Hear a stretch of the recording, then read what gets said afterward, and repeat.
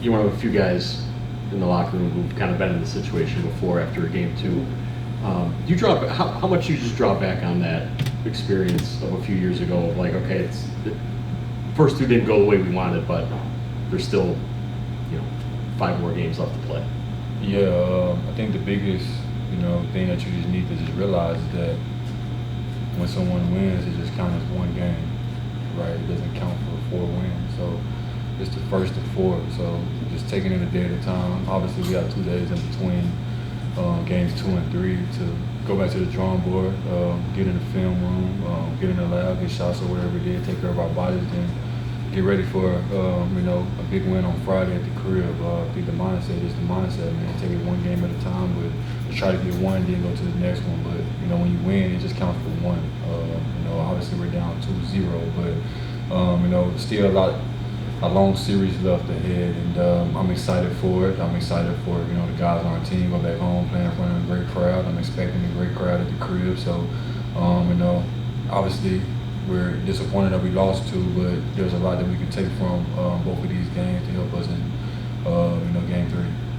Maybe off that theme I just said, if you can kind of capture the way you all have played when you've made these runs, the comebacks at the start of the game, or more. So how, I guess, do you find that in a couple of days off, knowing you've done it in stretches, but maybe not often enough or early enough? Yeah, just sense of urgency, right? It's the playoffs, man. Playing for all the marbles, man. First to 4 moves on. First to lose 4 goes home. It's that simple. So the margin for error isn't that big, right? There's a small margin for error. So you mess up a read, guy gets open, knocks down a jumper. If you mess up a switch, guy gets downhill, you help. They swing for a jumper. So just game plan, discipline. Thinking the first couple minutes we gave up strong side corner. We talked about that. Still gave up strong side corner. So there's a lot of things to take away. The game plan, discipline thing. We lost by 8 or 7 points, but we gave up 15 points off just game plan stuff. So there's a lot that we can learn from it. I'm excited for our game on Friday. Obviously, it's a much needed win for us, but I'm excited for for our team, man, and see what we're made of. It felt like so many of your corner threes were out of that 2-man game, whether it was Dame finally doing a kick, driving kick, or Giannis in the pocket. Just what were you seeing there to line it up tonight and knock those down? Just watch the film of my last shots, didn't hold my follow through up. I hold my follow through and be on balance. I got a good chance of making it. So just made the adjustment. It's all about making adjustments from game to game. Game 1 doesn't dictate what you're going to do in game 2, and obviously throughout the series from game to game it's going to be different. Obviously they're probably going to close out harder on Friday, so have to do something else with the ball. But if I have the opportunity to line up and shoot it, just shoot it with confidence. It's what you've been doing every day. Literally our job is to shoot the ball. We get up shots every day, so if I'm open, you have to let it ride, miss or make. Defensively, you guys have struggled a little bit at the point of attack, and that means you're either helping or switching or whatever it is. What have you seen maybe at the point of attack that has been such a problem for you guys in this season? Man, I like where we're at. No problem for us, man. Just got to get back in the lab and figure things out. And obviously, I like our switching lineup, especially second unit. Come in and change the game. We, play with a sense of urgency, things and that. But we got to figure out a way to get off to a good start so that we're not digging ourselves in a hole. First 2 games, we get down big, and now we're exerting so much energy to come back. Obviously you want to get out to a good start, so I'm excited to see what we're going to do Friday. See we're going to come with that sense of urgency, which we should, especially with how the series is right now, being down 2. The sense of urgency should be high for everybody.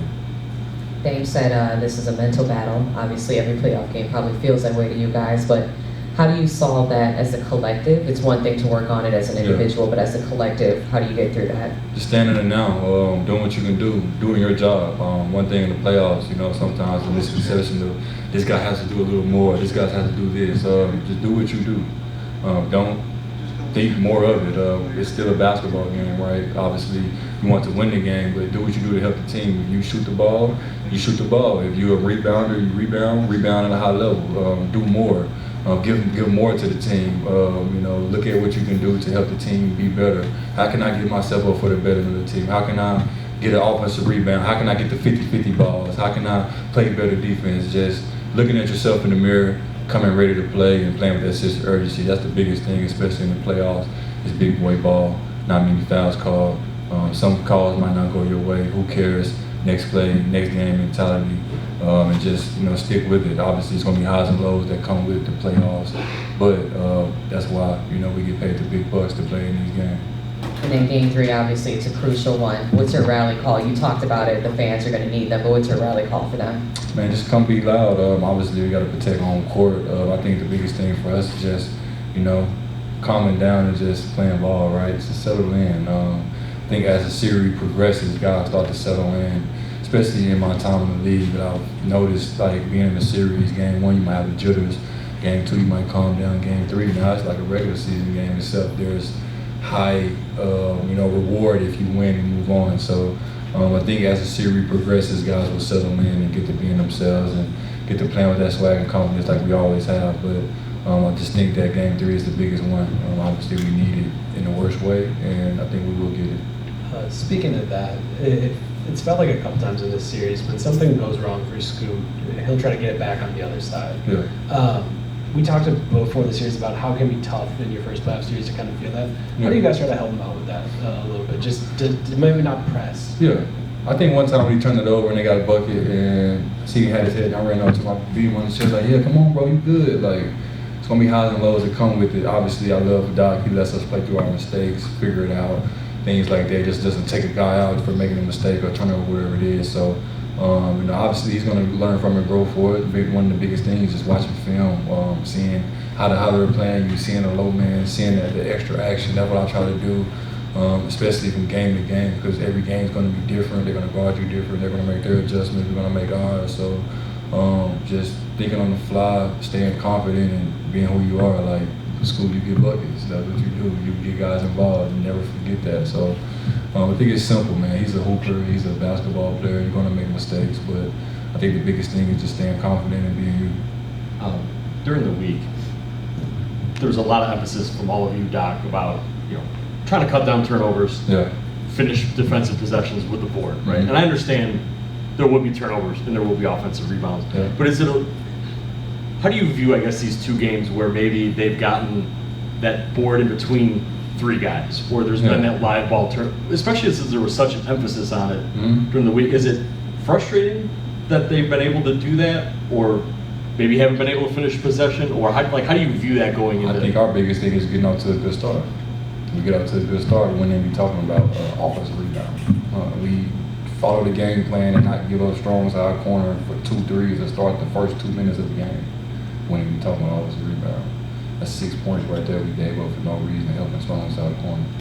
So if we follow the game plan that the coaches do, they have all the resources and whatever to come up with the best game plan for us. If we just follow what the fuck we're supposed to follow, then we wouldn't even be in this position talking about offensive rebound and things like that. I think following the game plan is just a big thing, and game plan discipline, obviously the jitters, the anxiousness, you want to make a play or whatever it is, but just got to follow the game plan. We gave up 2 corner threes to start the game with Neesmith and Turner, right? So that's 6 points right there. We lose by how many? 7, 8. Like, maybe it's a 1 possession game with 10 seconds we have the ball. You never know how the chance to win. So like I said, the margin for error is that slim.